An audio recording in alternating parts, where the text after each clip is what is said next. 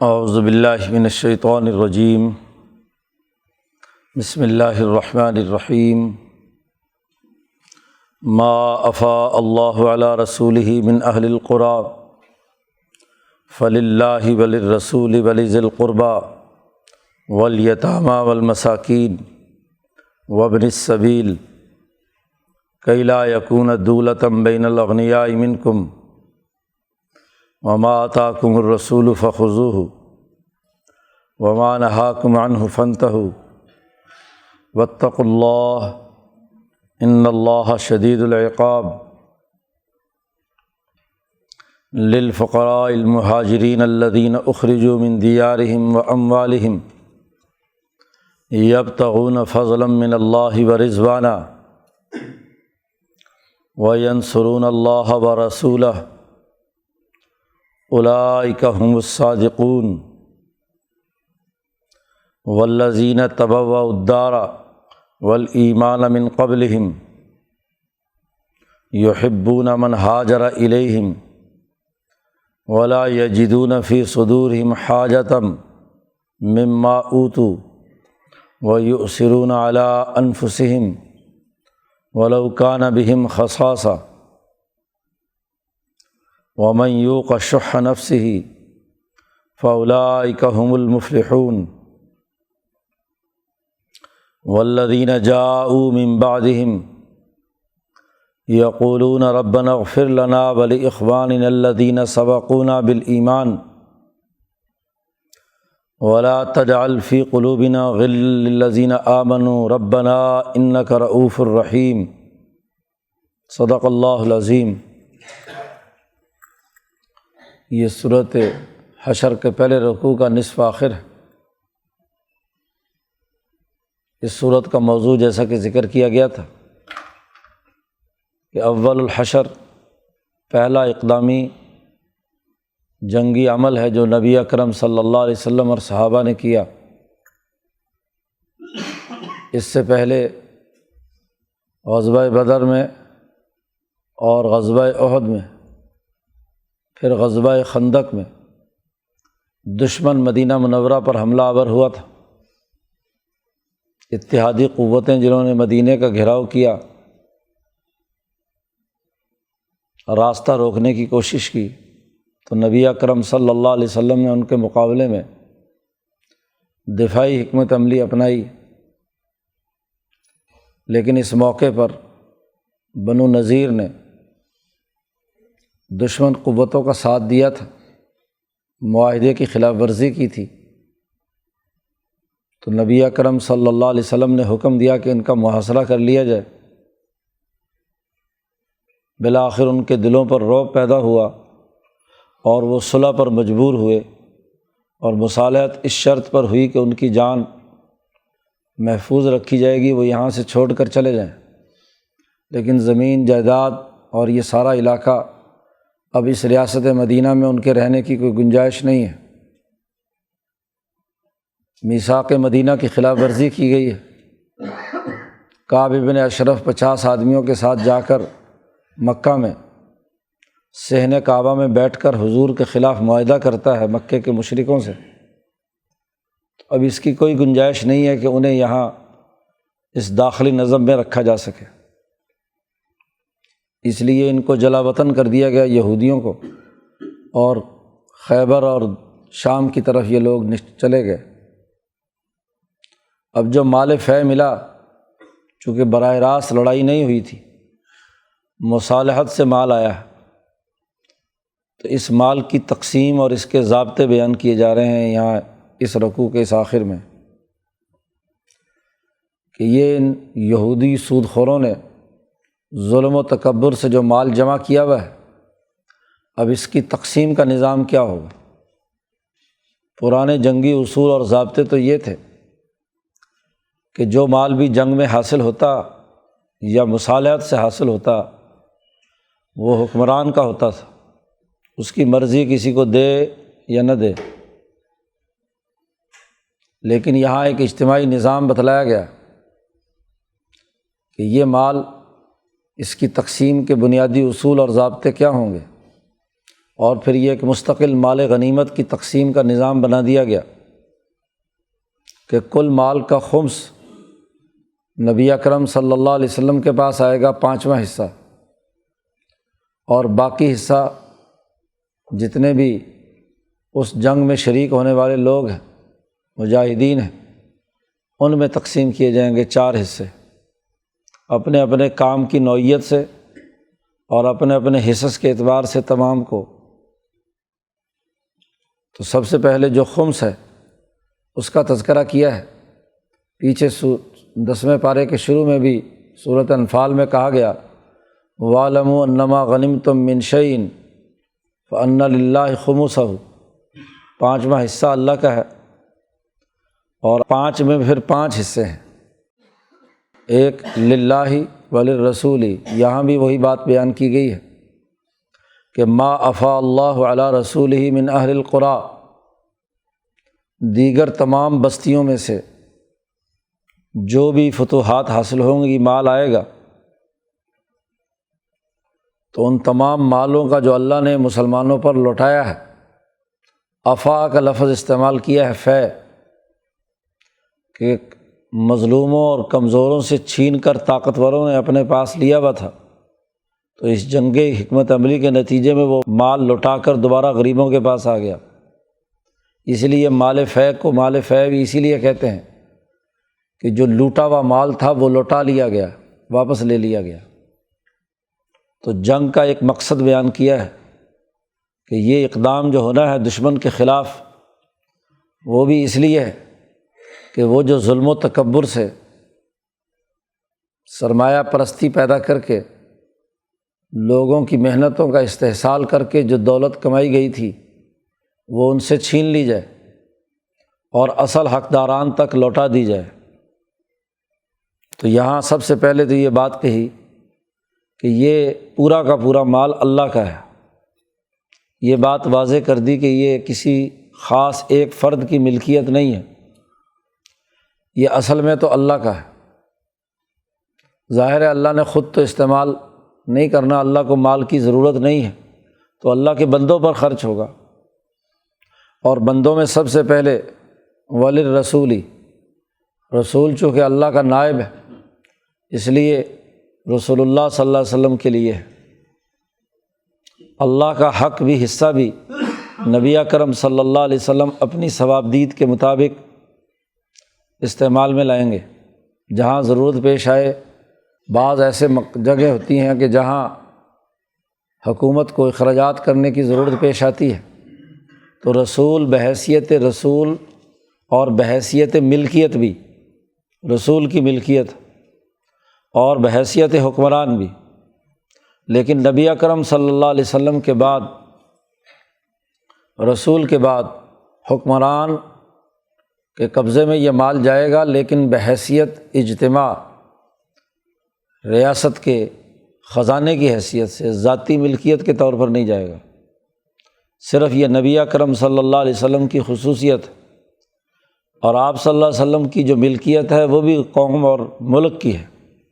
خود حضور صلی اللہ علیہ وسلم نے فرمایا کہ ہم انبیاء کی جماعت ہیں، ہماری کوئی وراثت جاری نہیں ہوتی، سونا اور چاندی ہماری وراثت نہیں ہوتی، تو وہ ملکیت بھی گویا کہ پوری ریاست کے لیے بن جاتی ہے۔ اور خود نبی چونکہ ہر طرح کے تمام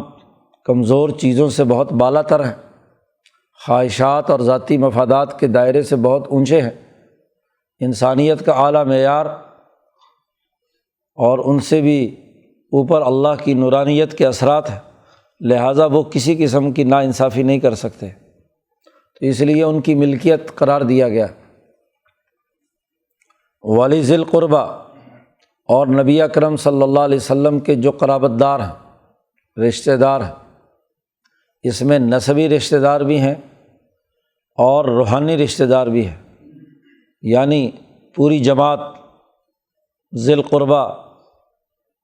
صرف مخصوص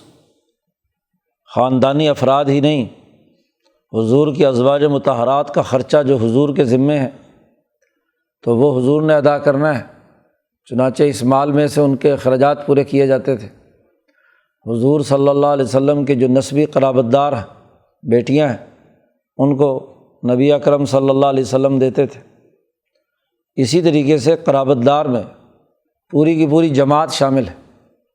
مولانا سندھی فرماتے ہیں کہ اگر ابو بکر صدیق رضی اللہ تعالیٰ عنہ قربہ میں نہیں ہے تو اور کون ہے؟ قربت سے مراد تو پروگرام کی قربت ہے،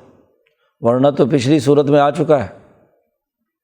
کہ لا تجد قوم یؤمنون باللہ والیوم الآخر یوادون من حاد اللہ ورسولہ، اللہ اور اس کے رسول کے جو دشمن ہیں ان کے ساتھ ان کی کوئی دوستی نہیں ہے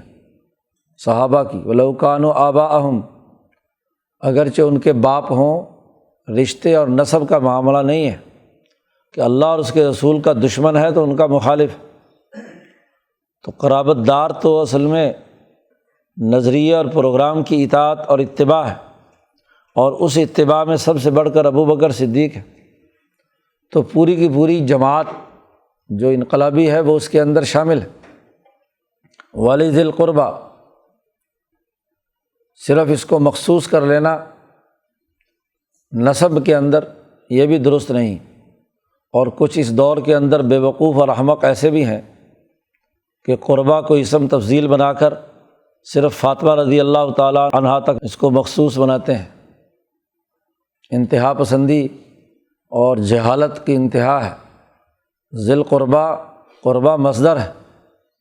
جی، جو بھی قرابت دار ہے، قربہ کو مؤنث بنا کر صرف حضرت فاطمہ کو مخصوص کر لینا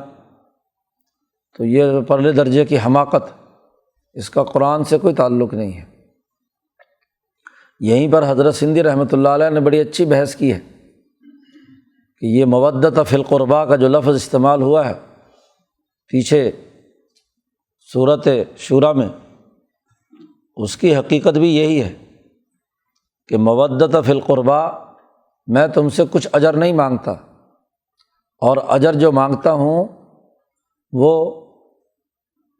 قربہ کی مودت ہے، اور قربہ سے مراد جماعت ہے،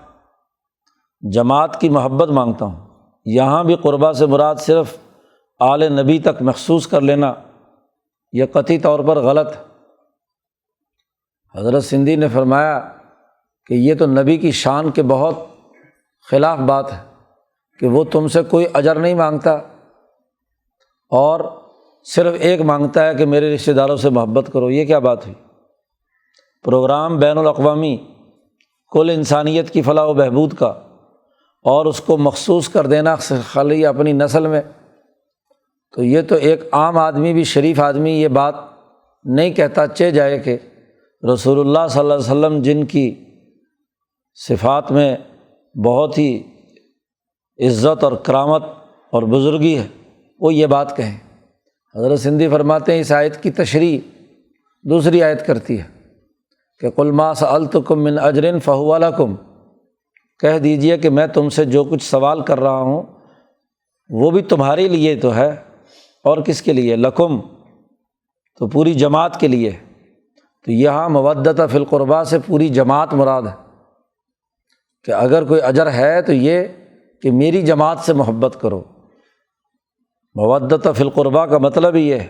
اس لیے حضور نے فرمایا اللہ اللہ فی اصحابی لا تتخذوہم من بعدی غرضا، میرے صحابہ کو تنقید کا نشانہ مت بنانا، اللہ سے ڈرنا۔ جو ان سے محبت رکھے گا وہ مجھ سے محبت رکھے گا، اور جو ان سے بغض رکھے گا وہ مجھ سے بغض رکھے گا۔ آج کچھ لوگ نام نہاد ندویت کے نام پر اس حدیث کے حوالے سے فضول لغو باتیں کرتے ہیں، تو یہ اس کی کوئی حقیقت نہیں ہے، یہ جہالت ہے پرلے درجے کی۔ جب علم سلب ہو جاتا ہے اور نحوست کسی بد اخلاقی کی وجہ سے پیدا ہوتی ہے تو اس طرح سے زبان درازی کی جاتی ہے جی۔ تو بات یہ ہے کہ یہاں پوری جماعت کی بات ہے، جماعت نے جد و جہد اور کوشش کی، جماعت نے بنو نذیر کا محاصرہ کیا، ان کو سزا دی، تو اب انعام کا وقت آئے تو صرف رشتہ داروں میں بانٹ دیا جائے، یہ کیا بات ہوئی؟ تو دنیا میں کوئی معزز آدمی یہ بات قبول کرنے کے لیے تیار نہیں چہ جائے کہ نبی اکرم صلی اللہ علیہ وسلم پر اس طرح کا الزام لگایا جائے۔ قربہ میں تمام شامل ہے، پوری جماعت، ایک تو عمومی بات کہی، پھر فرمایا والیتامیٰ، یہ مال یتیموں پر خرچ کیا جائے گا۔ یہ نہیں کہ ایک بڑے طاقتور سرمایہ داروں سے مال چھین کر دوسرے نئے طاقتور سرمایہ دار پیدا کر دیے جائیں۔ اس انقلاب اور جنگ کا اقدام کرنے کا مقصد، اول الحشر کا مقصد یہ نہیں ہے کہ ایک حکومت سے مال چھین کر دوسری حکومت کے قبضے میں آ جائے، سرمایہ داروں سے چھین کر مزدوروں کی آمریت قائم کر دی جائے۔ آمریت تو ہر حال میں بری ہے، سرمایہ پرستی ہر حال میں بری ہے۔ واضح طور پر کر دیا والیتامیٰ، جن کا کمانے والا کوئی نہیں ہے، کمزور لوگ ہیں، جن کی کوئی ضرورت کو پورا کرنے والا نہیں ہے، تو ان یتیموں پر مال خرچ کیا جائے گا۔ والمساکین، مسکین کی جمع ہے۔ مسکین وہ فرد ہے کہ جس نے معاشی سرگرمیوں میں حصہ تو لیا، محنت مزدوری بہت کی، لیکن حالات کے نتیجے میں جتنی ضرورت ہے اتنا مال کما نہیں سکا، تھک گیا، ٹوٹا ہوا آدمی خسارے میں آ گیا۔ یتیم تو وہ ہے جو کام کاج نہیں کر سکتا، نابالغ ہے، محنت مزدوری نہیں کر سکتا، یا ایسی عورت ہے جو کام کاج نہیں کر سکتی، وہ یتیم میں شامل۔ اور مسکین وہ ہے کہ بالغ ہے، کام کاج کرتا ہے، سوسائٹی میں اپنی محنت مزدوری کرتا ہے، لیکن خرچہ اس کا پورا نہیں ہوتا، رہ گیا جسے کہتے ہیں اپنی معاشی کفالت کے حوالے سے، وہ مسکین ہے۔ تو ان مساکین پر یہ مال خرچ کیا جائے گا۔ وابن السبیل، اور مسافروں پر مال خرچ ہوگا۔ مسافر وہ فرد ہے کہ جو اپنے گھر میں وطن میں تو مالدار ہے، پیسے ہیں ضرورت کے مطابق، مسکین بھی نہیں ہے، یتیم بھی نہیں ہے، لیکن سفر میں ہے، اور سفر میں انسان کے پاس بسا اوقات مال نہیں رہتا، مسافر ہے، تو مسافر پر خرچ کیا جائے گا۔ اس زمانے میں بڑے لمبے لمبے سفر صحرا میں، تو مال ختم ہو گیا یا چور لے گئے یا کوئی مسئلہ بن گیا یا اتنی لمبی جگہ پر آ گیا کہ گھر واپس پہنچنا مشکل ہے، اجنبی ہے، تو اب سوسائٹی کی ذمہ داری ہے کہ ان کے قیام و طعام اور ان کی ضروریات کا لحاظ رکھے، تو یہ ان کے لیے مال ہے۔ تو خمس میں سے پھر 5 حصے کیے جائیں گے۔ یہ جو ہم نے تقسیم کی ہے،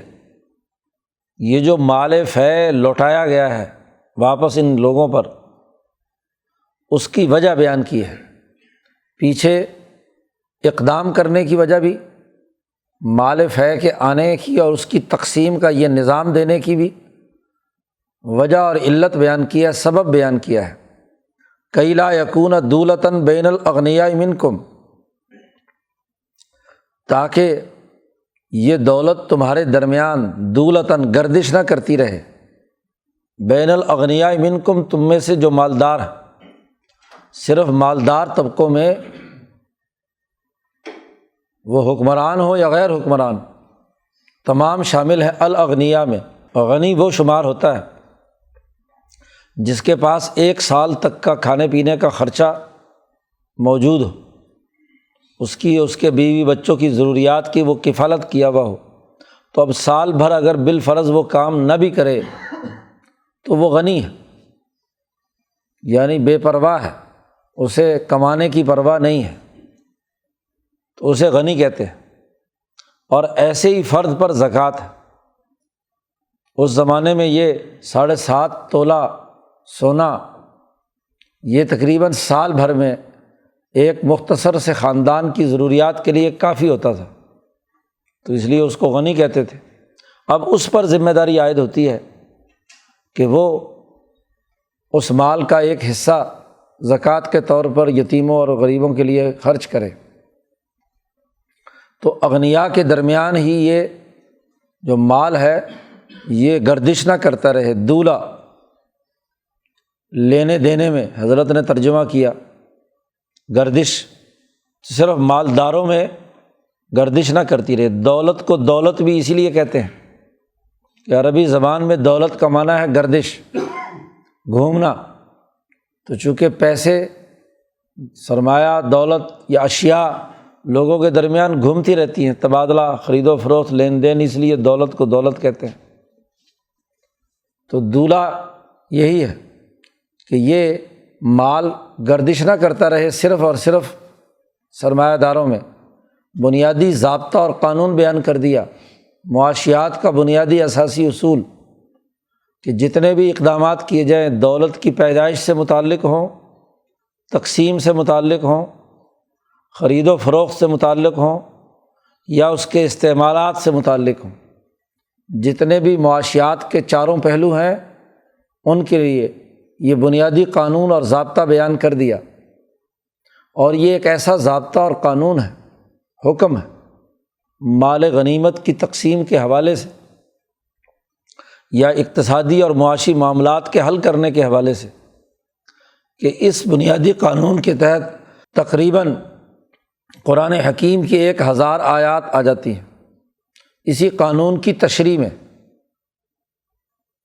پیچھے سورۃ الحدید کے آغاز میں ذکر کیا تھا کہ نبی اکرم صلی اللہ علیہ وسلم نے فرمایا ہے، ارباز ابن ساریہ رضی اللہ تعالیٰ عنہ کی روایت، کہ یہ مسبحات 7 ایسی صورتیں ہیں کہ ان میں ہر ایک آیت ایسی ہے کہ جو 1000 آیات سے بہتر ہے، ایک آیت ان صورتوں میں ایسی ہے۔ تو جیسا کہ بتایا گیا تھا کہ سورۃ الحدید میں لقد ارسلنا رسلنا بالبینات وانزلنا معهم الکتاب والمیزان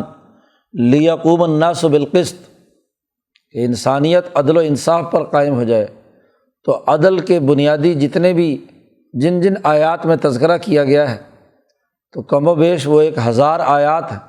جو نظریہ عدل کی وضاحت کرتی ہیں۔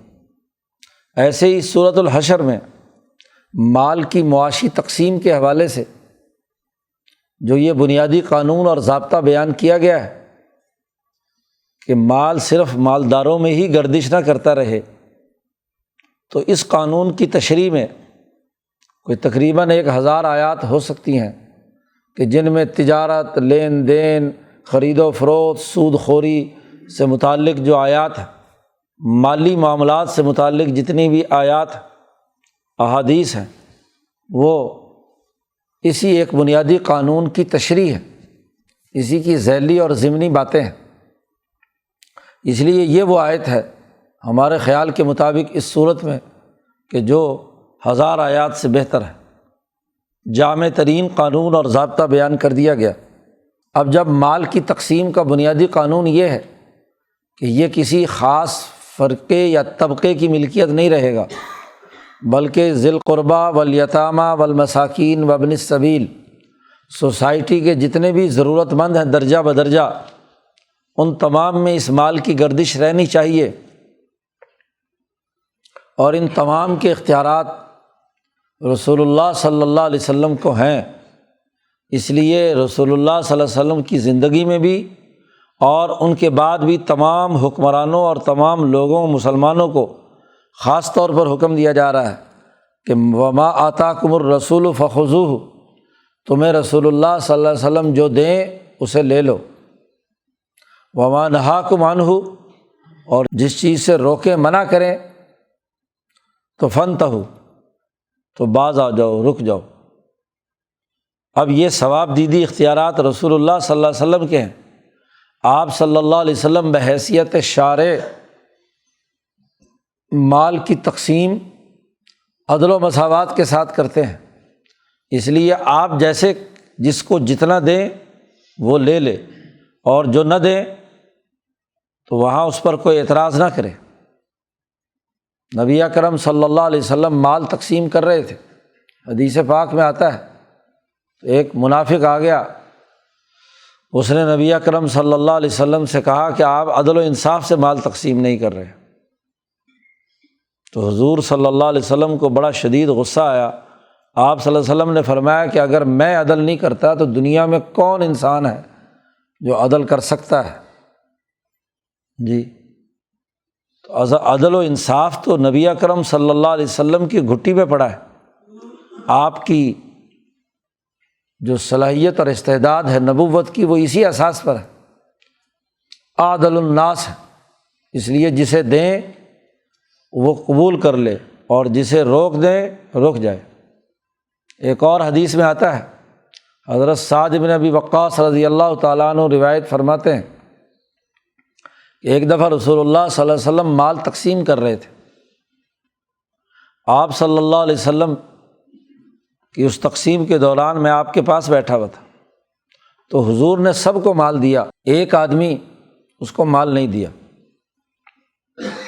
تو میں نے کہا یا رسول اللہ، یہ آدمی میرا خیال ہے کہ یہ بہت پکا مومن ہے، مطلب یہ کہ آپ اسے بھی مال دیں۔ تو حضور صلی اللہ علیہ وسلم نے فرمایا او مسلمن، انہوں نے کہا تھا مومنن، تو حضور نے جواب میں فرمایا او مسلمن، پھر نہیں مال دیا اسے، باقیوں کو تقسیم کرتے رہے۔ سعد کہتے ہیں تھوڑی دیر تو میں خاموش رہا، پھر جو میرے دماغ میں بات آ رہی تھی میں نے پھر حضور صلی اللہ علیہ وسلم سے دوبارہ درخواست پیش کی کہ یہ مومن آدمی ہے، اس کو بھی تو دینا مال۔ حضور صلی اللہ علیہ وسلم نے پھر فرمایا او مسلمن۔ سعد کہتے پھر تھوڑی دیر کچھ میں خاموش رہا، تو سعد کہتے مجھے پھر جوش چڑھا اور پھر میں نے کہا کہ یہ مومن ہے، میرا خیال ہے آپ اس کو مال دیں۔ حضور صلی اللہ علیہ وسلم نے پھر فرمایا او مسلمن، اور پھر فرمایا سعد سے کہ یہ ضروری نہیں کہ جس کو میں مال دے رہا ہوں وہ مجھے زیادہ محبوب ہے۔ بسا اوقات کسی کو مال نہ دے کر اس کا امتحان ہے، اگر اسے دے دیا تو اس مال کے غرور اور تکبر میں وہ ایسا مبتلا ہوگا کہ اس کا دین اور اس کی ساری جتنی بھی ہے وہ ختم ہو جائیں گی۔ تو یہ کوئی ضروری نہیں ہے کہ جس کو میں مال دے رہا ہوں وہی کیا ہے اچھا اور نیک اور اعلیٰ مومن ہے۔ بسا اوقات کسی کو مال نہ دے کر بھی اس کے ایمان کا اظہار ہوتا ہے۔ اور اس کا ایک واقعہ ایک اور بھی ہوا، ایک منافق تھا ابن جمیل، وہ حضور صلی اللہ علیہ وسلم کے پاس آیا کہ دعا کر دیں کہ مجھے مال مل جائے، تو مجھے مال مل گیا تو میں بڑا صدقہ و خیرات کروں گا۔ حضور نے فرمایا تیرے لیے مناسب نہیں ہے، رہنے دے تو۔ جی اس نے کہا کہ نہیں، آپ میرے لیے دعا کریں، میرے پاس بہت ساری بکریاں ہوں، بھیڑیں ہوں، جانور ہوں۔ تو حضور صلی اللہ علیہ وسلم نے کہا کہ جا پھر ٹھیک ہے۔ اس کے بعد اسے مال مل گیا۔ پہلے تو مدینہ میں رہتا تھا تو بظاہر نماز پڑھنے کے لیے آتا رہتا تھا، ہاں جی، جب مال مل گیا تو مال کی وجہ سے باہر وسیع اس نے اپنا ڈیرا شیرا بنایا پہاڑ پہ، اور وہاں مال اس کا پھلتا پھولتا رہا۔ تو نبی اکرم صلی اللہ علیہ وسلم نے جب زکوٰۃ وصول کرنے کے لیے اپنا نمائندہ بھیجا اس کے پاس، تو اس نے انکار کر دیا۔ اس نے کہا کون سی زکوٰۃ، کیسی زکوٰۃ، یہ مال میرا ہے تو میں کیوں دوں؟ تو نبی اکرم صلی اللہ علیہ وسلم نے فرمایا کہ یہ اپنے مال کی گرفت میں مبتلا ہو گیا، جی، کہ اب زکوٰۃ کا منکر ہو رہا ہے، انکار کر رہا ہے۔ تو اس لیے قانون اور ضابطہ بتلا دیا کہ رسول اللہ صلی اللہ علیہ وسلم کی زندگی میں تو یہ بات واضح اور طے شدہ ہے کہ رسول اللہ جسے دیں وہ لے لے اور جس کو روک دیں وہ رک جائے۔ فانتہوا۔ اب یہ سیاق و سباق کے اعتبار سے تو مال کے لین دین سے متعلق ہے، لیکن بنیادی طور پر یہ آیت عمومی قانون ہے، یہ بھی ایک ضابطہ بتلا دیا کہ خواہ کوئی شرعی حکم بیان کیا ہو حضور صلی اللہ علیہ وسلم نے، کوئی مال تقسیم کیا ہو، آپ کے تمام اقوال و افعال و اعمال وہ اگر کسی کو کسی کے کرنے کا حکم دیا ہے تو اسے مضبوطی سے پکڑے، آپ کی تمام احادیث کو، اور جس چیز سے رسول اللہ نے روک دیا ہے اس سے رک جائے۔ واتقوا اللہ، اللہ سے ڈرو، کیونکہ ایک بہت اہم جنگی قانون بدلا ہے، اور جب بھی اللہ پاک اہم ترین قانون بدلتے ہیں تو اس کے آخر میں تقویٰ کا حکم ضرور دیا جاتا ہے۔ واتقوا اللہ، اللہ سے ڈرو، عدل و انصاف قائم کرو۔ جنگی اصول اور ضابطہ تو یہ تھا پرانا کہ بس جس نے جنگ کی ہے وہ سارا مال ان جنگجوؤں کے لیے، اور خاص طور پر جو ان کا سربراہ ہوتا تھا اسی کی ملکیت میں چلا جاتا تھا۔ لیکن یہاں قانون بدل دیا کہ یہ مال یتیموں، مسکینوں، مسافروں، محتاجوں کا ہے اور اللہ کی ملکیت ہے، یہ کسی انسان کی ملکیت نہیں ہے۔ تو یہ بہت بڑا تبدیلی کا عمل تھا، جی بہت بنیادی قانون تھا۔ اس لیے اس قانون کو بیان کرنے کے بعد کہا اللہ سے ڈرو، واتقوا اللہ ان اللہ شدید العقاب۔ اب یہ جو باقی مال بچتا ہے اس کی تقسیم کیسے ہوگی؟ 5ویں حصے میں تو وہ 5 حصے دار ہو گئے، باقی مال کن لوگوں پر تقسیم کرنا ہے؟ اس کے جو 3 بنیادی مصارف ہیں آگے بیان کیے گئے ہیں۔ رسول اللہ صلی اللہ علیہ وسلم کے خمس نکالنے کے بعد اس مال غنیمت میں للفقراء المہاجرین، ان فقراء کا ہے جو المہاجرین ہجرت کر کے آئے ہیں مکہ مکرمہ سے، الذین اخرجوا من دیارہم و اموالہم، جو نکال دیے گئے اپنے گھروں سے اور اپنے مالوں سے، ایسے مہاجرین کے لیے۔ اور تقریباً تمام مہاجرین ہی فقراء تھے سوائے چند ایک کے، لیکن تمام کے لیے قانون اور ضابطہ بتلا دیا۔ یبتغون فضلا من اللہ ورضوانا، یہ مکہ سے نکلے تھے اللہ کی فضل اور اللہ کی رضا کی تلاش میں، اس کی جد و جہد کے لیے آئے تھے، اپنا کوئی ذاتی مقصد نہیں تھا۔ مال کمانے کے لیے مدینہ تھوڑے ہی آئے تھے کہ کاروبار وہاں جا کر کریں گے، کاروبار تو زیادہ بہتر مکہ میں ہوتا تھا حج اور عمرے کی وجہ سے۔ تو یثرب میں کون آتا ہے؟ خالص اللہ کا فضل اور اللہ کی رضوان تلاش کرنے کے لیے یہ آئے ہیں۔ اور انہوں نے یہ کام جو مکہ سے مدینہ آنے کا کیا ہجرت، یہ بھی اس لیے ہے کہ وَيَنْصُرُونَ اللَّهَ وَرَسُولَهُ، اللہ اور اس کے رسول کی یہ مدد کریں، اللہ کے فضل اور رضوان کو تلاش کرنے کے لیے آئے ہیں اور اللہ اور اس کے رسول کی مدد کرنے کے لیے آئے ہیں۔ تو ان تمام مہاجرین کے لیے جو ہجرت کر کے یہاں آئے ہیں ان کے لیے یہ مال ہے۔ اس بنو نذیر کی اس جنگ اور لڑائی سے پہلے حضور صلی اللہ علیہ وسلم نے ان مہاجرین کی انصار کے ساتھ مواخات قائم کی بھی تھی، اور انصار نے اپنے ساتھ ان کو برابر کا شریک بنایا ہوا تھا۔ تو اس موقع پر جب فراخی ہوئی، بنو نذیر کی زمین جائیداد مسلمانوں کے قبضے میں آئیں، تو اب یہاں اصول اور ضابطہ یہ طے کر دیا گیا کہ یہ مال جو بنو نذیر کا آیا ہے یہ صرف مہاجرین میں تقسیم کیا جائے گا، اور جو حصہ کسی مہاجر نے لیا ہوا ہے انصاری سے پہلے مواخات کی وجہ سے، وہ اس انصاری کو واپس کر دیا جائے۔ اسی طرح دونوں گھروں کی ضروریات پوری کر دی گئی کہ اپنا اپنا کماؤ اور اپنا اپنا کھاؤ۔ پہلے مواخات تھی اور مواخات میں وراثت تک کا بھی دخل تھا، لیکن چونکہ اب یہ مستقل قانون تو نہیں رہ سکتا تھا، اس لیے آئندہ کے لیے مستقل بتلا دیا کہ ان فقراء مہاجرین کو یہ مال دیا جائے گا۔ چنانچہ نبی اکرم صلی اللہ علیہ وسلم نے بنو نذیر کا جتنا بھی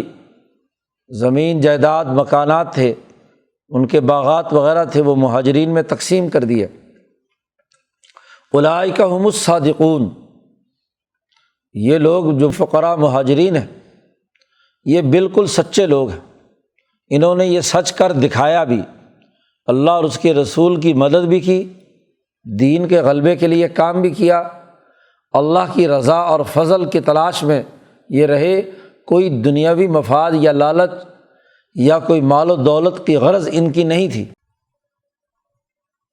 پہلا مصرف مال غنیمت کا یہ ہے۔ بنو نذیر کے اس مال کی تقسیم کا تو یہ اصول اور ضابطہ بنایا گیا، لیکن چونکہ قرآن حکیم آیات عمومی مستقل قانون اور ضابطہ بیان کر رہا ہے، تو یہاں بھی گویا کہ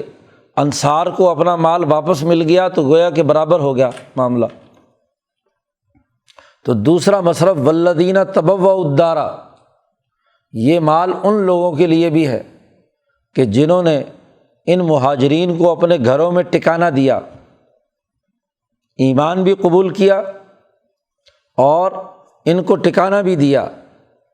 من قبلہم، اس سے پہلے۔ اور ایسے لوگ ہیں یہ انصاری کہ یحبون من ہاجر الیہم، جن لوگوں نے ان کی طرف ہجرت کی تھی ان سے محبت رکھتے ہیں، یعنی کہ اس کو فٹیک سمجھ کر یا اوپر کے دل سے نہیں، بلکہ خالصتاً محبت کی وجہ سے ان مہاجرین کی مدد کی، ان کو اپنے مال میں برابر کا شریک ٹھہرایا۔ حتیٰ کہ ایک صحابی نے ذکر کیا کہ میری 2 بیویاں، 1 بیویاں لے لو ان میں سے جو بھی، تو عبد الرحمن بن عوف رضی اللہ تعالیٰ عنہ نے فرمایا کہ نہیں، بیویاں تمہیں مبارک ہوں، مجھے تو صرف بازار بتلا دو کہ بازار کہاں ہے یہاں مدینے کا۔ بازار بتلایا تو کاروباری آدمی تھے، تاجر تھے، تو انہوں نے وہاں چند دن کاروبار کیا اور کچھ دنوں کے بعد ان کے پاس اتنے پیسے جمع ہو گئے کہ جس سے انہوں نے انصار کی ایک خاتون سے شادی کر لی۔ اگلے دن فجر کی نماز میں حضور صلی اللہ علیہ وسلم کے پاس آئے، آپ صلی اللہ علیہ وسلم نے دیکھا کہ ان کے کپڑوں پر خوشبو کے آثار، رنگ لگایا ہوا زعفران کا، تو عبد الرحمن سے پوچھا کیا تم نے شادی کی ہے؟ کہا جی ہاں شادی کی ہے۔ کتنا مہر دیا؟ کہ جی کھجور کی ایک گٹھلی کے برابر سونا۔ تو فرمایا کہ پھر ہمیں بھی ولیمہ کھلاؤ، اولم ولو بشاتن، ایک بکری ہی صحیح لیکن ولیمہ تو ہمارا بھی حق بنتا ہے۔ تو کاروبار کے محنت اور مشقت سے انہوں نے کمایا، شادی بھی کی، گھر بھی بسایا اور باقی کام بھی کیے۔ تو یحبون من ہاجر الیہم، اور پھر اگلی بات فرمائی، ولا یجدون فی صدورہم حاجۃ مما اوتوا، اور اتنی محبت اور تعلق کہ اس بنو نذیر کے مال کو جب صرف مہاجرین میں دیا گیا تو انہوں نے دل میں کوئی تنگی بھی پیدا نہیں کی کہ ان کو کیوں دیا جا رہا اور ہمیں کیوں نہیں دیا جا رہا۔ بہت بڑی اونچی درجے کی بات ہے کہ دل میں کوئی خواہش بھی پیدا نہیں ہوئی، دل تنگ بھی نہیں ہوا کہ ہم بھی تو جنگ میں برابر کے شریک تھے تو ہمیں کیوں نہیں دیا گیا، اس لیے کہ انہیں دل سے محبت تھی ان مہاجرین سے۔ تو ان کی محبت کے نتیجے میں انہوں نے دل میں کوئی تنگی بھی پیدا نہیں کی، حتیٰ کہ یؤثرون علی انفسہم ولو کان بہم خصاصہ، حتیٰ کہ انہوں نے اپنے اوپر ان لوگوں کو ترجیح دی، حتیٰ کہ ولو کان بہم خصاصہ، اگرچہ یہ خود بھوکے۔ بعض انصاری جو ہیں خود بھوک کی حالت میں ہیں، فاقے کی حالت میں ہیں، خاص طور پر غزوہ بدر میں، احد میں، پانی کی ضرورت ہے، فاقہ ہے، پیاس ہے، تو پانی پلاتے پھر رہے ہیں لوگ، تو ان سے کہتے ہیں کہ وہ فلانا میرا ساتھی ہے اس کو پلاؤ، تو اسی طرح پانی ایک دوسرے کو ترجیح دے رہے ہیں اپنے اوپر۔ تو یہ اس جماعت کے دلوں میں محبت ہے، ایک دوسرے سے تعلق ہے، اور کسی قسم کی تنگی بھی دل میں نہیں رکھتے، تو ان کے لیے مال میں حصہ دیا جائے گا۔ چنانچہ یہ جو مال غنیمت ہے اس میں مہاجرین کا حق بھی ہے اور ان کا حق بھی ہے۔ اور پھر ایک ضابطہ بھی بیان کر دیا کہ وَمَن یوق شح نفسہ فاولئک ھم المفلحون، یاد رکھو جو آدمی اپنے نفس کے بخل سے بچ گیا تو وہی لوگ کامیاب ہیں۔ نفس انسانی ضرور بخل پر، مال کی محبت پر، دوسرے کے خلاف حسد کینہ رکھنے پر اکساتا ہے۔ قرآن نے دوسری جگہ پر کہا، پیچھے گزرا ہے کہ احضرت الانفس الشح، کہ ہر انسان کے اندر یہ شح ضرور ہوتا ہے، بخل، اس کے اندر یہ تنگی ضرور پائی جاتی ہے۔ اپنے جیسے کسی انسان کو دیکھتا ہے، بات چیت میں، مال و دولت کے اندر حسد بغض کا ہونا، یہ انسان کے نفسوں میں رکھ دیا گیا ہے، شیطان ہر انسان کے جسم میں دوڑ رہا۔ اب کامیاب وہ ہے کہ جو اس شح نفس کو، یعنی کسی چیز کے ساتھ دل کا ایسا لگ جانا کہ آدمی اس کے نہ ملنے پر بے چین ہو جائے۔ ایک ہے کہ ضرورت کی خواہش کا پیدا ہونا، یہ شح نہیں ہے۔ ضرورت ہے آپ کو، مثلاً بھوک لگی ہے، پیاس لگی ہے، تو اس کی خواہش پیدا ہوئی تو خواہش تو طبعی ایک تقاضا ہے، لیکن ایسے اس کے ساتھ وابستہ ہو جائے کہ جائز ناجائز ہر طریقے سے اسے حاصل کرنے کے لیے کام کرے، یہ شح نفس ہے کہ آپ نے دل کے اندر اسے ایسا بٹھا لیا کہ ہر حال میں اسے حاصل کرنا چاہتے ہیں، دوسرے کو ذلیل کرنا پڑے، دوسرے کو نقصان پہنچانا پڑے، دوسرے سے حسد کینہ کرنا پڑے، تو یہ شح نفس ہے۔ تو جو اس شح نفس سے بچ گیا فاولئک ھم المفلحون، وہی کامیاب ہے۔ تو یہ مال غنیمت میں پہلا حصہ فقراء مہاجرین کا ہے، اس کے بعد ان انصار کا ہے کہ جنہوں نے اپنے ٹھکانہ دیا ان کو اور ان کی خدمت کی، ان کے ساتھ محبت رکھی، اور وہ چونکہ دل سے پاک صاف ہیں، ان کے دلوں میں کوئی مال کی محبت اور سرمایہ پرستی نہیں ہے، تو ان کو مال دیا جائے گا، کیونکہ یہ دونوں طبقے ہیں فقراء مہاجرین، وہ بھی تو اپنے مال کی محبت چھوڑ کر مکہ بڑا اپنا بھرا پورا گھر اور جائیداد اور پتہ نہیں کیا کچھ چھوڑ کر آئے ہیں، تو مال کی محبت ان کے دل میں بھی نہیں ہے، اور مال کی محبت انصار کے قلوب میں بھی نہیں ہے کہ مال پر ایسے جم کر بیٹھ جائیں کہ کسی کو خرچ کرنے کے لیے نہ دیں۔ تو دونوں اپنے نفس اور قلب کے اعتبار سے سرمایہ پرستی سے بالکل پاک صاف ہے۔ جب پاک صاف ہے تو ان کو اگر مال دیا بھی جائے گا تو ضرورت کے بقدر خود استعمال کریں گے اور باقی پھر اسی سوسائٹی پر خرچ کر دیں گے، کیونکہ بخل تو ہے نہیں، سرمایہ پرستی تو ہے نہیں۔ تو مال کا بنیادی قانون یہ ہے کہ یہ اس کو دیا جائے گا جو سرمایہ پرست نہ ہو، جو شح نفس سے پاک ہو، جو مال کی محبت میں اندھا نہ ہو، انسانی ضرورت کو پورا کرنے تک محدود رہے، انسانی ترقی، مجموعی ترقی کے لیے کردار ادا کرے مال۔ تو بہت بڑے قانون کی تبدیلی کر دی گئی، آئندہ کی فتوحات کے لیے بھی ضابطہ بنا دیا گیا کہ جتنی فتوحات ہوں گی یہ مال انہی لوگوں کو دیا جائے گا کہ جن کے دل شح نفس سے پاک ہے۔ ایک تیسرا مصرف بھی بیان کیا،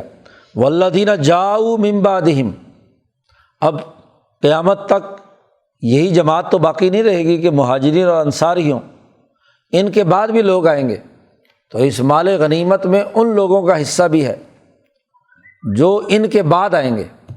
فتح مکہ کے بعد آئے کہ نصرت اور ہجرت دونوں ختم ہو گئی جی، خاص طور پر انصار کی جو خصوصیت مدینہ میں تھی وہ ختم ہو گئی، اب تو غلبہ شروع ہو گیا، اور غلبے کے زمانے میں بے شمار لوگ آئے۔ تو فتح مکہ یا صلح حدیبیہ کے بعد جتنی فتوحات ہوئیں تو ان تمام میں پیچھے ذکر کر دیا گیا تھا الحدید میں کہ جو من قبل الفتح وقاتل، جو فتح سے پہلے کے لوگ ہیں ان میں اور وہ جو اس کے بعد کے لوگ ہیں ان کے درمیان فرق اور امتیاز ہے۔ تو فتح مکہ اور اس کے بعد جو مسلمان ہوئے ہیں ان کے لیے بھی یہ مال ہے، لیکن وہ ان لوگوں کے لیے ہے جو یقولون، جو یہ کہیں کہ ربنا اغفر لنا ولاخواننا الذین سبقونا بالایمان، وہ ان لوگوں کو مال دیا جائے گا کہ جو اللہ سے یہ دعا مانگے کہ اے اللہ ہمیں معاف کر دے، کیونکہ اس کے بعد کے لوگ کامل اور مکمل صحابہ کی طرح وہ شح نفس سے فارغ نہیں ہو سکتے سوائے چند ایک کے جی۔ بعد میں قیامت تک کے لیے جو لوگ آئیں گے کچھ نہ کچھ تو شح نفس رہے گا، اور جب کچھ نہ کچھ یہ رہے گا تو اپنے کیے پر وہ گناہوں سے معافی مانگے اللہ سے کہ ربنا اغفر لنا، ہمیں معاف کر دے، اور ولاخواننا الذین سبقونا بالایمان، اور جو ہم سے پہلے ہمارے بھائی گزرے ہیں الذین سبقونا بالایمان، کہ جو ایمان میں ہم سے سبقت لے جا چکے ہیں، یعنی مہاجرین اور انصار کے لیے بھی دعا کرے۔ اور اگلی تیسری شرط بیان کی کہ ولا تجعل فی قلوبنا غلا للذین آمنوا، اور ہمارے دلوں میں یہ جو ایمان لانے والے پہلے لوگ گزر چکے ہیں، حضور کی پہلی جماعت صحابہ کی، ان کے حوالے سے ہمارے دل میں کوئی کھوٹ نہ رہنے دے، کوئی غل غش کہ ان پر حسد کریں یا ان کا بغض رکھیں یا ان کے خلاف زبان درازی کریں یا کسی قسم کا بھی کوئی ایسا عمل کریں جس سے ان کے سے بغاوت آ رہی ہو، کیونکہ مال ان کے لیے تھا پہلے، فقراء مہاجرین اور انصار کے لیے۔ اب جو ان سے کھوٹ رکھتا ہے، ان کے خلاف بغض رکھتا ہے، تو اس کو مال غنیمت میں سے حصہ نہیں دیا جائے گا، کیونکہ وہ تو خود سرمایہ پرست ہو گیا، گویا کہ اس نے سرمایہ پرستی کے ٹوٹنے کا وہ اعلیٰ معیار قبول نہیں کیا جو صحابہ کا تھا۔ اس لیے امام مالک رحمۃ اللہ علیہ کے ہاں یہ بات قانون اور ضابطے کے طور پر ہے کہ جو آدمی صحابہ کو برا بھلا کہتا ہے، گالیاں دیتا ہے، وہ مال غنیمت میں حقدار نہیں ہے۔ قرآن نے یہاں واضح طور پر کہہ دیا ہے کہ لا تجعل فی قلوبنا غلا، ہمارے دلوں میں کوئی غل اور غش صحابہ کے بارے میں نہیں ہونا چاہیے، للذین آمنوا، جو ایمان لانے والے ہیں، کیونکہ انہی صحابہ کو تو معیار بنایا ہے کہ آمنو کما آمن الناس، بعد والے لوگوں سے کہا جا رہا ہے تم ایمان لاؤ جیسے صحابہ ایمان لائے ہیں۔ تو ان صحابہ کی جماعت کے خلاف دل میں کوئی غل و غش، کسی قسم کا کوئی بخل، کسی قسم کی فضول گوئی دماغ میں نہ ہو۔ الصحابۃ کلہم عدول، تمام صحابہ عادل ہیں، بِأَيِّهِمُ اقْتَدَيْتُمْ اهْتَدَيْتُمْ، جس کی اقتداء کر لو گے اسی سے ہدایت پا جاؤ گے۔ تو ایسی ہدایت یافتہ جماعت کے بارے میں دل میں کسی قسم کا کوئی کھوٹ نہیں ہونا چاہیے، کوئی بغض اور عداوت نہیں ہونی چاہیے۔ 3 شرطیں لگائی ہیں، اپنے لیے مغفرت کی دعا مانگے، اور ہم سے پہلے جتنے مسلمان، اور ان پہلے مسلمانوں میں جس زمانے کا ایک مسلمان ہے اور اس تک دین آیا ہے، تو اس سے اپنے پہلے مشائخ اور اساتذہ سے لے کر صحابہ تک ان کی بھی مغفرت کا کیا ہے، دعا مانگے کہ جن کی وساطت سے آج دین اس کے پاس پہنچا ہے۔ اور پھر بالخصوص صحابہ اور اولیاء اللہ کے بارے میں اپنے دل میں کسی قسم کی کھوٹ نہ رکھے۔ تو گویا کہ ایسا فرد سرمایہ پرستی کا دشمن ہوگا، وہ دل سے پاک ہوگا، اس میں دولت کی اور مال کی ہوس اور محبت نہیں ہوگی۔ اس کو اگر مال ملے گا تو وہ مال انسانی فائدے کے لیے خرچ کرے گا، زیادہ سے زیادہ اپنی ضرورت پوری کرے گا، اور اگر کسی ضرورت مند کو دیکھے گا تو اسے دے گا، یہ نہیں کہ سانپ بن کر اس پر بیٹھ جائے گا، سرمایہ پرستی کے مرض میں مبتلا ہو جائے گا۔ تو بنیادی قانون اور ضابطہ تو یہ ہے کہ سرمایہ پرستی کی مذمت کی گئی، اور دولت کی گردش کا ایک بنیادی قانون اور ضابطہ بتلا دیا کہ دولت ہے ہی اس لیے کہ تمام انسانوں کی ضروریات کی کفالت کا نظام ہو۔ اگر یہ نہیں ہے اور ایک مخصوص طبقے میں دولت گردش کر رہی ہے، سرمایہ داروں میں ہی، جی ایک ارب پتی سے نکل دوسرے ارب پتی کی ملکیت میں چلی گئی تو مالداروں میں گھوم رہی ہے نا، ایک بینک سے نکلی دوسرے بینک میں داخل ہو گئی، ہاں جی، ایک طبقے کاشتکار جاگیرداروں سے نکلی اور جناب سرمایہ داروں کے پاس چلی گئی، یا سرمایہ داروں سے نکلی تو جاگیرداروں کے پاس چلی گئی۔ ایسا نہیں، پوری سوسائٹی میں گردش ہو، یہ بنیادی قانون اور ضابطہ ہے، اس کو یہاں واضح کیا گیا ہے۔ یہی وہ آیت کہ جس کی بنیاد پر عمر فاروق رضی اللہ تعالیٰ عنہ نے وہ تاریخی فیصلہ صادر فرمایا تھا کہ عراق کی تمام زمینیں، بلکہ اگلی جتنی بھی فتوحات ہیں، تمام زمینیں وہ ریاست کی ملکیت ہوں گی۔ جب عراق فتح ہوا، ابو عبیدہ ابن الجراح رضی اللہ تعالیٰ عنہ نے شام فتح کر لیا، انہوں نے عراق فتح کر لیا، سعد بن ابی وقاص نے، تو اب پہلی آیت کے تناظر میں انہوں نے کہا کہ ہمیں جتنے بھی لشکری تھے، مہاجرین و انصار اور جتنے مجاہدین جہاد کر رہے تھے، انہوں نے کہا قانون اور ضابطے کے مطابق یہ زمینیں جائیدادیں ہم میں تقسیم کی جائیں، قرآنی حکم کے مطابق۔ جی ابو عبیدہ اور بڑے بڑے لوگ جو ہیں، انہوں نے بلال وغیرہ، خود سعد بن ابی وقاص، ان تمام کا یہی، چونکہ ان کے آگے جو سپاہی تھے ان کے مطالبات تھے سرداروں کے، وہ مطالبات انہوں نے حضرت عمر کے پاس رکھے۔ حضرت عمر نے فرمایا کہ ایسا نہیں ہو سکتا جی۔ اس کے لیے اجلاس بلایا، کئی مہینے اس پر تمام سے آرا لی، پھر تمام کو جمع کر کے خطاب کیا عمر فاروق نے، جس کی تفصیلات ازالۃ الخفا میں امام شاہ ولی اللہ دہلوی نے حضرت امام قاضی ابو یوسف کی کتاب الخراج سے نقل کی ہیں کہ اس کا پورا پس منظر کیا ہے۔ تو تمام نے دلائل دیے، دلائل کے بعد عمر فاروق نے یہ تقریر کی۔ عمر فاروق فرماتے ہیں کہ میں سوچتا رہا کہ اس کے لیے میرے پاس قرآن میں دلیل کہاں ہے، کیونکہ صحابہ تو پہلی آیات سے استدلال کر رہے ہیں کہ یہ مال فے ہے، یہ للفقراء المہاجرین ہے، اور اسی طریقے سے والذین تبوؤا الدار انصار کے لیے ہے۔ تو میرے ذہن میں اگلی آیت آئی ہے والذین جاؤوا من بعدہم۔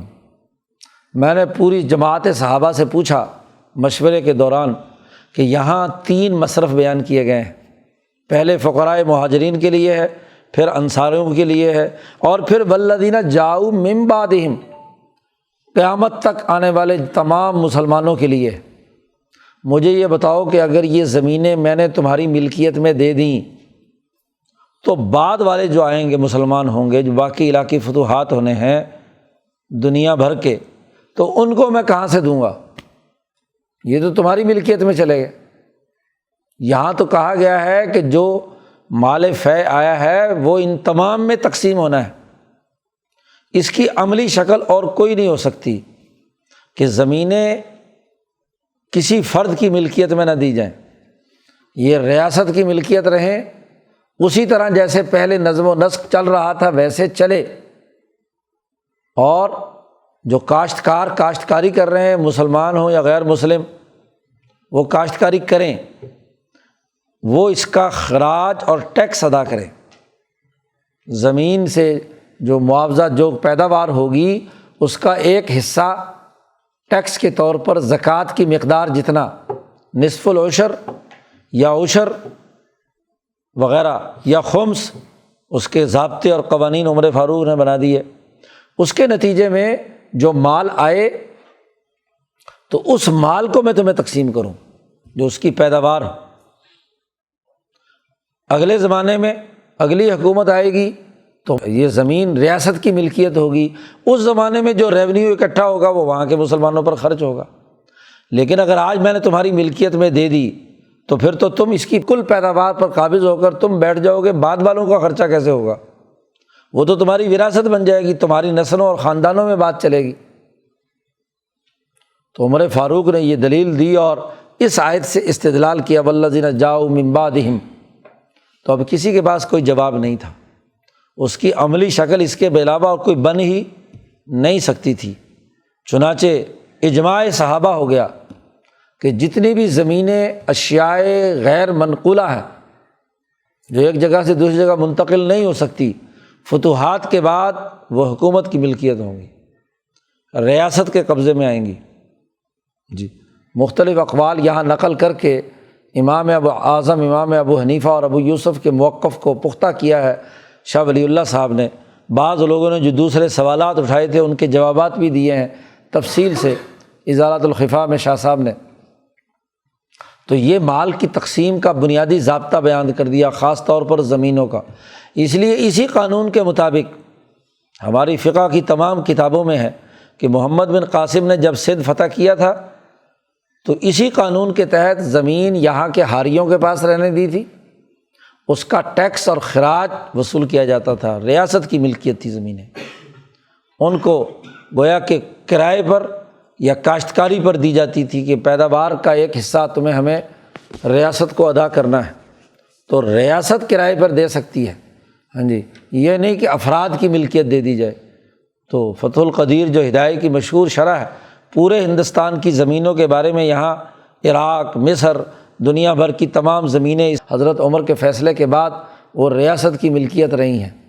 صرف جزیرۃ العرب کا وہ حصہ جس کو نبی اکرم صلی اللہ علیہ وسلم نے مہاجرین اور انصار میں تقسیم کیا تھا، وہ ان کی ملکیت میں ہے قانونی طور پر، اور اس کی بھی وجہ ہے کہ ان مہاجرین اور انصار کے بارے میں ان آیات نے تصدیق کر دی کہ ان میں حب مال نہیں ہے، وہ مال کی محبت سے فارغ ہیں، ان کی ملکیت اس طرح کی ملکیت نہیں جو ظلم اور تشدد کرنے والی ہو۔ ان کی ملکیت کا مطلب وہ مفہوم بیان کر دیا امام شاہ ولی اللہ صاحب نے، اسی اساس پر بیان کیا، انہی آیات سے اخذ و استنباط کے ساتھ بیان کیا کہ معنی الملک فی حق الآدمی، آدمی کے حق میں ملکیت کا مطلب یہ ہے کہ وہ نفع اٹھانے میں زیادہ حقدار ہے دوسرے سے، احق ان ینتفع بہ من غیرہ، اور اس کی ملکیت کی مثال ایسے ہی ہے جیسے مسجد، زمین کی مثال ایسی ہے جیسے مسجد اور سرائے کی ہوتی ہے۔ تو چونکہ انصار اور مہاجرین کو بھی ملکیت اس لیے دی گئی کہ ان کی ملکیت بھی دراصل ریاست کی ملکیت ہے، کیونکہ وہ غل و غش سے بالکل پاک تھے، جن کی گواہی اللہ نے دے دی کہ اخرجوا من دیارہم و اموالہم یبتغون من فضل من اللہ ورضوانہ، اور ان کی خصوصیت نصرت ہے، ینصرون اللہ ورسولہ، ان کی خصوصیت یہ ہے کہ لا یجدون فی صدورہم حاجۃ مما اوتوا ویؤثرون علی انفسہم ولو کان بہم خصاصہ۔ تو ان کی ملکیت کو جائز قرار دیا گیا، کیونکہ ان کی ملکیت حقیقت میں سفاکانہ ملکیت نہیں ہے، وہ بھی انسانیت کی خدمت کے نقطۂ نظر سے ہے۔ اور باقی زمینوں کے لیے والذین جاؤوا من بعدہم، اس کے لیے عمر فاروق نے انہی آیات کے سیاق و سباق سے استدلال کر کے طے کر دیا کہ یہ جو ملکیت انفرادی ملکیت میں نہیں دی جا سکتی۔ اور اسی لیے محققین علماء نے، حضرت شیخ الہند رحمۃ اللہ علیہ کے تقریباً تمام شاگردوں نے، زیادہ سے زیادہ لوگ آج کل علامہ انور شاہ کشمیری رحمۃ اللہ علیہ کی بات کرتے ہیں، تو علامہ کشمیری نے بھی ترمذی شریف میں واضح طور پر کہا ہے کہ جو اشیاء غیر منقولہ ہیں ان کی ملکیت اشیاء منقولہ کی طرح نہیں ہوتی۔ ضرورت ہو اور ریاست کو نظم و نسق کا معاملہ ہو تو وہ ان نام نہاد ملکیتوں پر قبضہ کر سکتی ہے۔ تو یہ جو سچی علماء حق کی جماعت ہے ولی اللہ فکر کی اساس پر، وہ یہی نظریہ رکھتی ہے۔ یہ خود ساختہ طور پر لوگ اپنی اپنی آراء ملکیت کے نام پر، مسئلہ ملکیت زمین کے نام پر فتنہ برپا کیا گیا، یا نظریاتی کونسل میں بیٹھنے والوں اور وفاقی شرعی عدالت میں بیٹھنے والوں نے ملکیت کی خود ساختہ تشریح کر کے عدالتی فیصلے جاری کیے ہیں۔ یہ قرآن کی ان آیات کی جو سیاق و سباق اور ان کی روح ہے ان کے خلاف، صحابہ کے اجماع کے خلاف۔ بنیادی ضابطہ اور قاعدہ یہی ہے کہ ان تمام اموال کی اجتماعی حیثیت ہو اور وہ تمام لوگوں کے لیے یکساں طور پر فائدہ مند ہو۔ حکومت کی ذمہ داری ہے کہ وہ ذی القربیٰ والیتامى والمساکین وابن السبیل، مسافروں اور تمام ضرورت مندوں کے لیے اس مال کو خرچ کیا جائے۔ تو یہ بنیادی قانون اور ضابطہ اس صورت مبارکہ میں بیان کیا گیا ہے۔ مزید اس کی تفصیلات اگلے رکوع میں بیان کی گئی ہیں۔ اللہ تعالیٰ قرآن حکیم کو سمجھنے اور عمل کرنے کی توفیق عطا فرمائے۔ اللہ